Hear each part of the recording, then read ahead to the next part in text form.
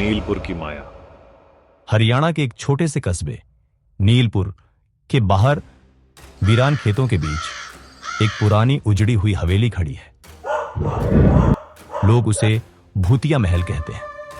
हवेली की दीवारें काली पड़ चुकी हैं, खिड़कियां टूटी हुई हैं और कहते हैं रात के समय वहां से एक औरत के रोने की आवाज आती है। ये कहानी है माया की, जिसकी आत्मा अब भी इस हवेली में भटकती है।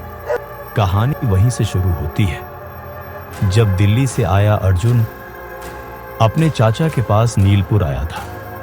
उसे वीरान जगहों की फोटोग्राफी का शौक था।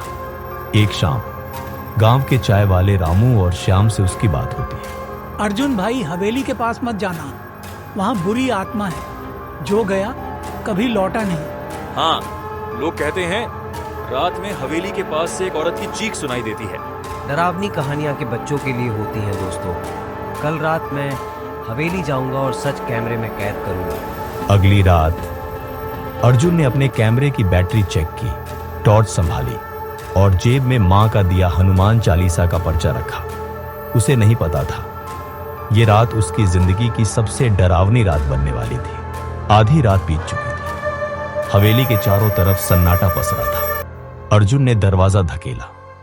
चरर की आवाज आई, जैसे हवेली खुद उसका इंतजार कर रही थी।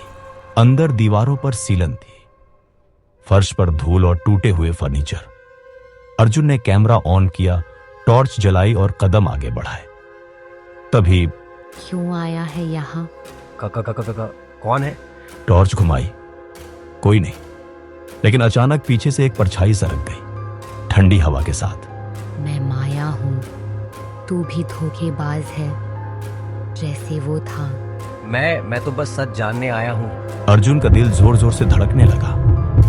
तभी उसकी टॉर्च की रोशनी हवेली की दीवार पर गई, जहां खून से लिखा था, मुझे बचाओ, वो मैं नहीं हूं। माया बचाओ।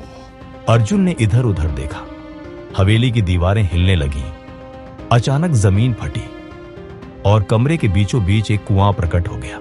जिसे सब चुड़ैल कहते हैं, वो मैं नहीं, असली राक्षस वही है जिसने मुझे मारा था, मेरा पति।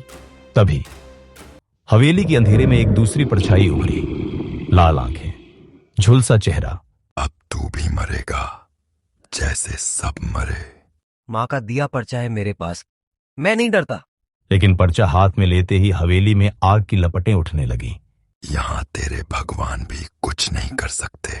अर्जुन ने दीवार पर लिखा दूसरा संदेश देखा, मुझे मुक्ति दो, कुएं में मेरा असली कंगन है। वो दौड़ पड़ा, कुएं में झांका। पुराना कंगन चमक रहा था।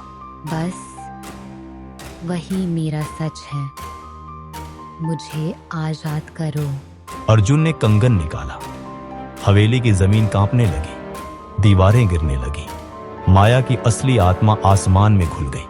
धन्यवाद अर्जुन, अब मैं चैन से सो पाऊंगी। सुबह गांव के लोग हवेली के बाहर जमा थे।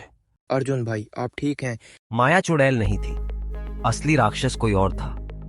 अब हवेली में कोई आत्मा नहीं, लेकिन अगर रात में हवेली के पास से गुजरोगे तो एक धीमी आवाज अब भी सुनाई देगी।